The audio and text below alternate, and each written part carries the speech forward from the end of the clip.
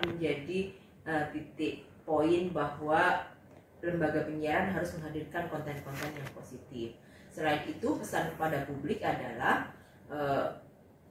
contoh yang baik dari korban, keluarga korban, dan orang-orang terdekat korban untuk segera melaporkan kasus ini kepada yang berwajib.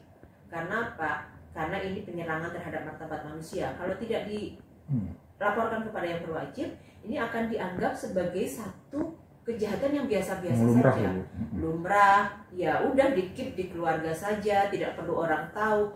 Kalau terus-terusan di-keep di keluarga tanpa ada kemudian upaya-upaya mengedukasi kepada publik, ya nanti akan berulang lagi kekerasan-kekerasan yang berikutnya yang akan terjadi begitu.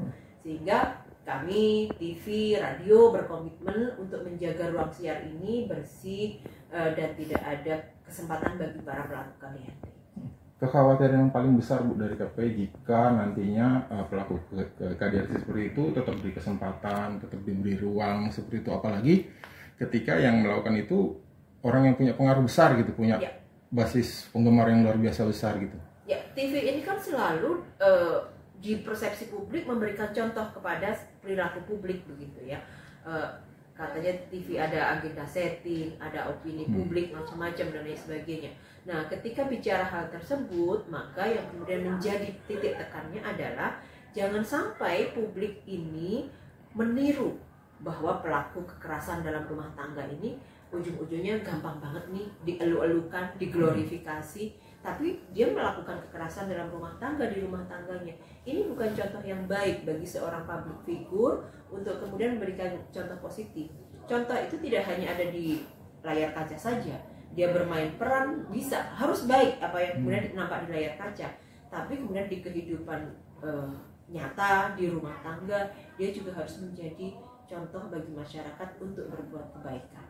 Dalam hal ini sendiri terkait Rizky dan Leslie sendiri, KPI apakah bersinergi dengan pihak kepolisian, artinya menunggu seperti apa keputusan dari kepolisian? Ya, tentu Komisi Penyiaran Indonesia menghormati penuh proses yang berjalan di kepolisian. Kita menghormati seluruh mekanisme dan prosedur akan berjalan sebagaimana mestinya. KPI tentu tugasnya adalah mengawasi penyiaran yang ada di Indonesia. Apa yang kemudian tampil di layar kaca itu yang menjadi objek penyiaran kita. Kalau kemudian tidak memberikan edukasi dan informasi yang layak bagi publik, maka kemudian bagi kami diberikan kewenangan untuk memberikan sanksi kepada lembaga penyiaran.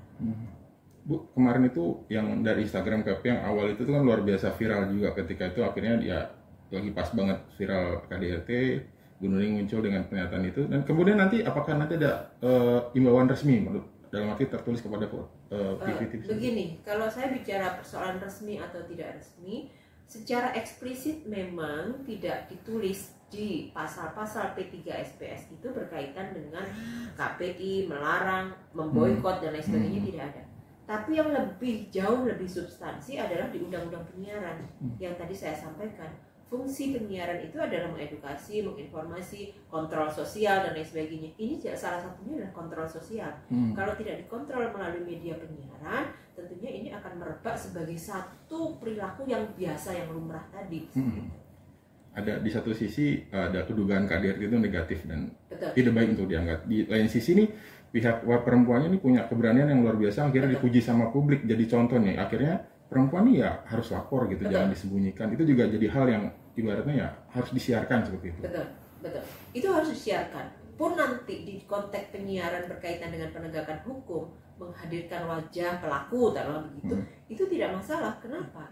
Karena ini dalam proses penegakan hukum.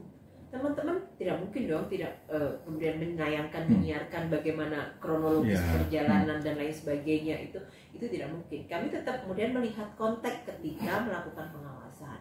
Jadi satu misal pelaku diwawancarai sebagai narasumber program berita, ya tidak masalah karena menghadirkan fakta. Tapi kalau kemudian pelaku dijadikan narasumber, dijadikan host, dijadikan apa dan lain sebagainya, dan makin diglorifikasi, ini yang benar tidak boleh. Jadi pelaku kayak itu tidak di-blur pun tidak masalah sebenarnya. Oh, sangat tidak masalah. Cuman yang harus di-blur itu adalah anak yang harus dijaga identitasnya dan lain sebagainya. Bisa jadi bagian dari ini sosial juga gitu. Betul. Ya.